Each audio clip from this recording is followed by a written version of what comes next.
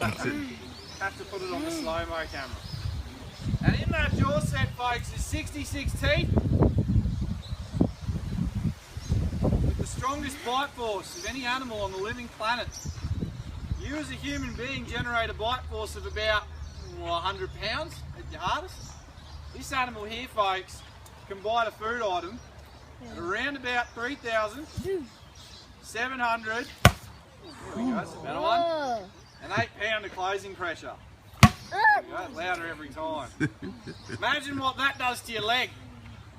Imagine what that does to your chest. Imagine what happens if he was to bite you on the head. It's not pleasant. Okay? This is an animal that can kill its prey instantly. Okay? With that bite force. So he was a preventative measure when he was removed to make sure that nobody was killed in the process or eventually killed. Okay? However, it's a hard life. You've got splashback. Being a crocodile, very hostile and violent life.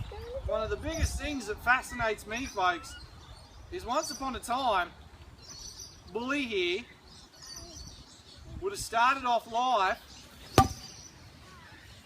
about as thick as my thumb and about 15 centimetres long in the wet season. Hatched out of an egg, Mum may have cared for him down to the water's edge, but that was it. From there, everything was pinned against him. Mum would have been eating his other sisters and brothers if she felt hungry, and so would Dad.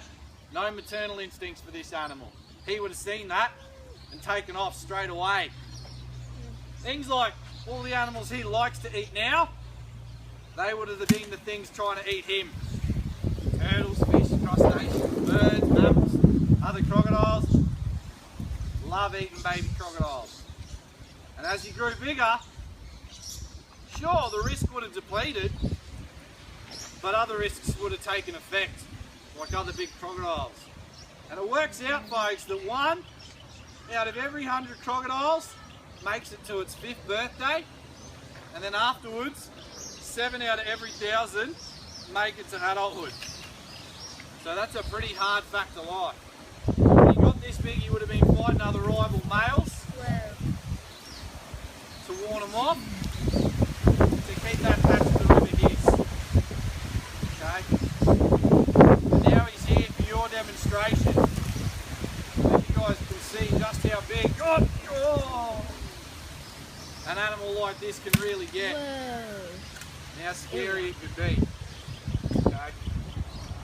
This animal occurs in North Queensland, Northern Territory and Northwestern Australia. But is also found outside of this country, occurring in places like the Indo-Pacific, Papua New Guinea, parts of Indonesia and even parts of Asia. Water content, folks, as I mentioned, does not matter. Anything that he feels that he can conceal and benefit himself from is where you will find this critter. Alrighty. Whoa. Okay. So I hope, that being said, folks, has painted you a pretty interesting picture for a predator this big.